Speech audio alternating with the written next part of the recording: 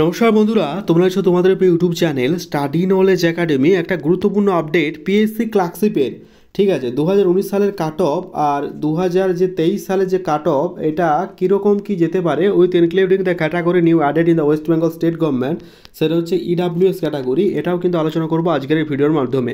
কাজেই সদগোবরা যে ইডাব্লিউএস নিয়ে প্রবলেম আছে সেই বিষয়টাও কিন্তু আমি তুলে ধরবো। তোমাদের চিন্তার কোনো কারণ নেই, এই ব্যাপারটাকে আমি তুলে ধরবো। তোমাদের শেষ রাস্তা কী আছে সেটাও জানাবো, ঠিক আছে। তাহলে কাট অফ কত যেতে পারে, তার সাথে এবারে অন্যবারের তুলনায় এবারের ভ্যাকেন্সিটা তুলনামূলক অনেকটা বেশি, প্রায় 9,000 প্লাস 9,500 সামথিং কিন্তু এবারে ভ্যাকেন্সি আছে, যেটা আপডেট ভ্যাকেন্সি, সেটাই তোমাদের সামনে তুলে ধরার চেষ্টা করলাম। এবারে কাট অফের যে ডিফারেন্সটা কত যাবে, এবার ইন্ডিভিজুয়াল যে মার্কস, সেই মার্কস আমি ইতিমধ্যে টেলিগ্রাম চ্যানেলে আপলোড করে দিয়েছি এবং সেই রিলেটেড একটা ভিডিও আপলোড করেছিলাম।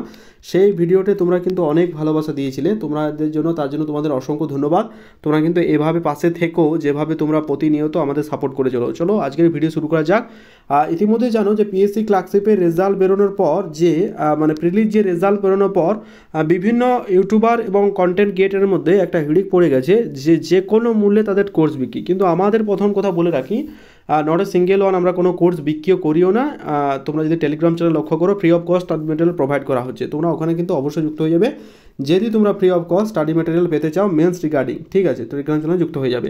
তো চলো ওসব ব্যাপার আমি বাদ দিচ্ছি। এখন বিষয় হচ্ছে পিএসসি ক্লার্কশিপে 2019-এর যে কাট অফ ডিটেল সেটা আমরা জানবো, এবং 2023-এর কাট অফস কত যেতে পারে, ঠিক আছে। Recruitment of the post of clerkship 2023, intake 2023, সেটার কাট অফ কত যেতে পারে সেটা একটু পর্যালোচনামূলকভাবে আমরা দেখব, ঠিক আছে। 2019-টা দেখো, ইউআর ক্যাটাগরি গিয়েছিল তোমার 65, ওবিসি এ গিয়েছিল 43, আর ওবিসি গিয়েছিল 56, মানে 56 গিয়েছিল। ওবিসি এ 43, এসসি গিয়েছিল 48, আর এসটি গিয়েছিল 29। এবার কাট অফ যেটা গিয়েছিল ইউআরদের ক্ষেত্রে, মানে লাস্ট যে ক্যান্ডিডেট সে কতজনে সিলেক্ট হয়েছিল, দেখো সেই হয়েছিল 137 জন লাস্ট জন ক্যান্ডিডেট। তার সাথে হচ্ছে দেখো যে ইউআর ছিল সে 137 পেয়েছিল, ঠিক আছে। OBC A final cut of রয়েছে পার্ট 1 আর পার্ট 2 মিলিয়ে, সেটা হচ্ছে 121.67। এসসি যে আছে 123.67, এসটি যে আছে 97.67, আর ওবিসি বি যে আছে সেটা হচ্ছে 130। তাহলে এই দুটোর মধ্যে যে গ্যাপটা, পারপেন্ডিকুলার যে গ্যাপটা আমরা তৈরি হয়েছে, সে গ্যাপটা যদি দেখি, সেটা দেখো 72 নম্বরে কিন্তু একটা ডিফারেন্স তৈরি হয়েছে, ঠিক আছে। মানে গ্যাপটা দেখো, এটা আমি কেন বলছি যাতে তোমরা ব্যাপারটা রিলেট করতে পারো। দেখো ইউআরদের ক্ষেত্রে 72, এসটিদের ক্ষেত্রে 80, 75, এসসিদের ক্ষেত্রে, আর ওবিসির ক্ষেত্রে হচ্ছে তোমার 64। এই যে গ্যাপটা তৈরি হয়েছে, এই গ্যাপটা তোমরা কিন্তু পর্যালোচনামূলকভাবে ভালো করে লক্ষ্য করো। তাহলে ধরো কোনো যে কাট অফ গিয়েছিল, কোনো এক ব্যক্তি 65 পেয়েছিল, সেখানে ডিফারেন্স 72। এই দুটো যে প্যারালাল পারপেন্ডিকুলার পারপিচুয়াল যে গ্যাপটা, সেটা হচ্ছে 137। মানে দুটো মিলিয়ে পার্ট 1 প্লাস পার্ট 2 দুটো মিলিয়ে হয়েছে তাদের 137, ঠিক আছে। তুমি পর্যালোচনামূলকভাবে যদি লক্ষ্য করো যে গ্যাপটা কিন্তু প্রায় সবারই সমান, 72, 78, 75, এই যে গ্যাপটা সবারই কিন্তু মোটামুটিভাবে সমান। এবার তোমাদের কোশ্চেন হলো 2023 সালে মোটামুটি যে ভ্যাকেন্সি আছে, তাহলে কত মার্কস তোমাদের টার্গেট রাখতে হবে, সেটা আমি তোমাদের সামনে তুলে ধরছি। অ্যাজ এ সেক্রেটারি, ডিরেক্টর বা রিজিওনাল পেতে গেলে কত তোমার মার্কস মানে আপডেট করতে হবে, মোটামুটি কত একটা মার্কস তুমি যদি এগিয়ে রাখো। একটা কথা সত্যি যে তুমি যত এগিয়ে রাখবে তত ভালো। সেখানে যদি কেউ 80 প্লাস পায়, নির্বিধায় ওয়েল অ্যান্ড গুড, ঠিক আছে, তাহলে অবশ্যই সে একটা ভালো জায়গায় যাবে। এবার কোশ্চেন হলো, যেহেতু এবার 49 কাট অফ গেছে, তো সেই ক্যান্ডিডেট যদি, আমার একটা কথা, কেউ একজন ক্যান্ডিডেট 49 পেয়েছে, সে কি আদৌ মানে মেরিট লিস্টে নাম তুলতে পারবে? কারণ ক্লার্কশিপের এক্সামটা এমন একটা এক্সাম যেখানে হচ্ছে আমরা পার্ট 1 প্লাস পার্ট 2, যেটা এটা বলেছি, দুটো মিলিয়ে তোমাদের ফাইনাল লিস্ট তৈরি হয়। তো সে কি আদৌ পারবে? তার উত্তরটা হচ্ছে ইয়াস, তুমি পারবে। কারণ এমন অনেক ক্যান্ডিডেট আছে, ইন্ডিভিজুয়াল মার্কস আমি পিডিএফটা দেখিয়েছিলাম, যে অনেক ক্যান্ডিডেট আছে যারা কিন্তু মানে কাট অফ ক্লিয়ার করে, ইন দ্য সেন্স অফ 65 পেয়েও তারা কিন্তু ফাইনাল মেরিট লিস্টে নাম তুলেছে।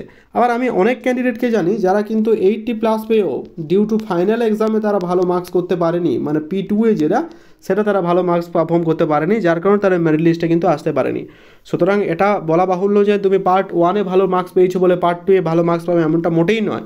পার্ট 1-এ অনেক ক্যান্ডিডেট আছে যারা কিন্তু মানে এমসিকিউয়ে মানে তাদের একদম পুরোপুরি দক্ষতা, কিন্তু পার্ট 2-এ তাদের সেরকম দক্ষতা নেই। তো সেই সমস্ত ক্যান্ডিডেটগুলো ইতিমধ্যেই বাদ চলে যাবে।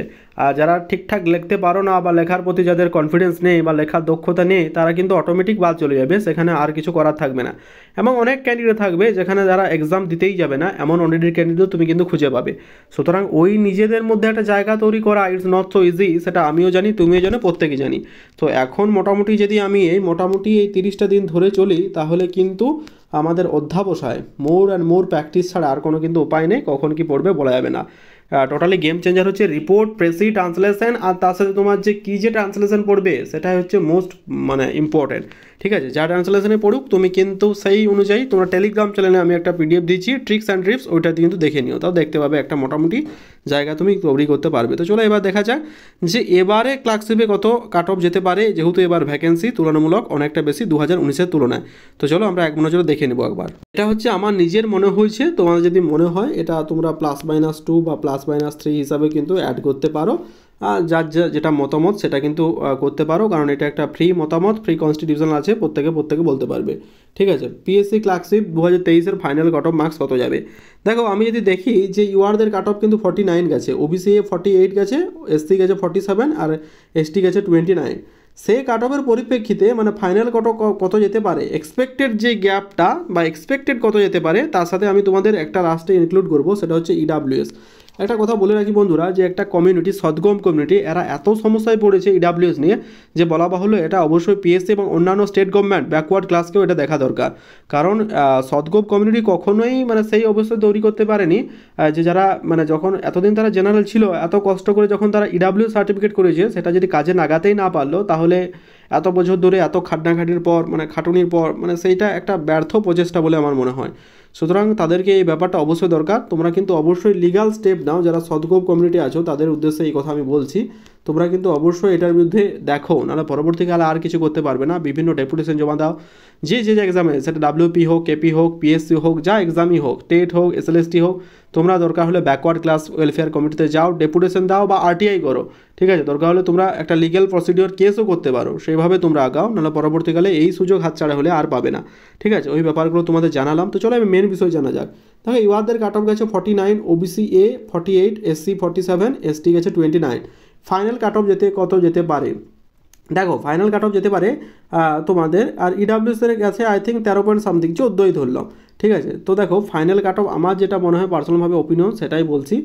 ফাইনাল কাট অফ যেটা গেছে ইউআরদের ক্ষেত্রে 116 থেকে 120, ওবিসি গেছে 102 থেকে 108, আর এসসিদের ক্ষেত্রে গেছে 106 থেকে 112, আর যেটা এসটি আছে তোমাদের যাবে 88। ঠিক আছে, 88 থেকে 95।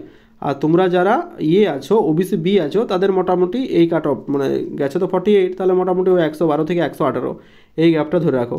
ইডাব্লিউএস দুটো মানে P1 প্লাস P2 এই দুটো মিলিয়ে মোটামুটি যদি কারো স্কোর তোমার 85 থেকে 87 হয়, তাহলে কিন্তু ওয়েল আর গুড মার্কস, তারা কিন্তু অবশ্যই সিলেক্ট হয়ে যাবে। এবার যেভাবে সিলেক্ট করেছো অ্যাজ এ ডিরেক্টর হিসাবে এই যে নাম্বারটা, সেটা তোমরা +-3 করে রাখো, তাহলে কিন্তু সেক্রেটারি বা ডিরেক্টর পেতে তোমার কোনো অসুবিধা হবে না। অ্যাজ ইউজুয়াল এই কাট অফটাই যেতে চলেছে, দেখা যাক প্রেডিকশন কী হয়। এটার কাট অফ নিয়ে একটা রিগার্ডিং ভিডিও আপলোড করেছিলাম, সেই অনুযায়ী কাট অফ গেছে মোটামুটি +-1-2 হিসাবে। তো দেখা যাক এবারে কী হয়, এই কাট অফটা ধরেই চলা। আর তোমরা যারা সদগো ইডাব্লিউএস ক্যান্ডিডেট আছো, তোমরা কিন্তু অবশ্যই কেস করো ব্যাপারটা, তোমরা অবশ্যই জিতবে। ঠিক আছে, এটাও তোমাদের সামনে তুলে ধরার চেষ্টা করলাম। তো আজকের এই ভিডিওটা কেমন লাগলো জানিও, আর ভালো লাগলে লাইক করো, চ্যানেলটা তাহলে সাবস্ক্রাইব করে দিও। ঠিক আছে, আর নিত্য নতুন এর পরবর্তী ভিডিও তোমরা কী নিয়ে চাইছো সেটাও কিন্তু অবশ্যই কমেন্ট করে জানিও, কারণ তোমাদের এই একটা কমেন্ট আমাদের মোটিভেশন বাড়াবে ভিডিও আপলোড করার জন্য। ঠিক আছে, তো দেখে জানিও কেমন লাগলো। আর টেলিগ্রাম চ্যানেল যুক্ত না থাকলে অবশ্যই যুক্ত হয়ে যাও, আর পরবর্তীকালে আপডেটের জন্য চ্যানেলটা সাবস্ক্রাইব করে রাখো। Wish you all the best, প্রত্যেকে ভালো করে প্র্যাকটিস করো। Thank you.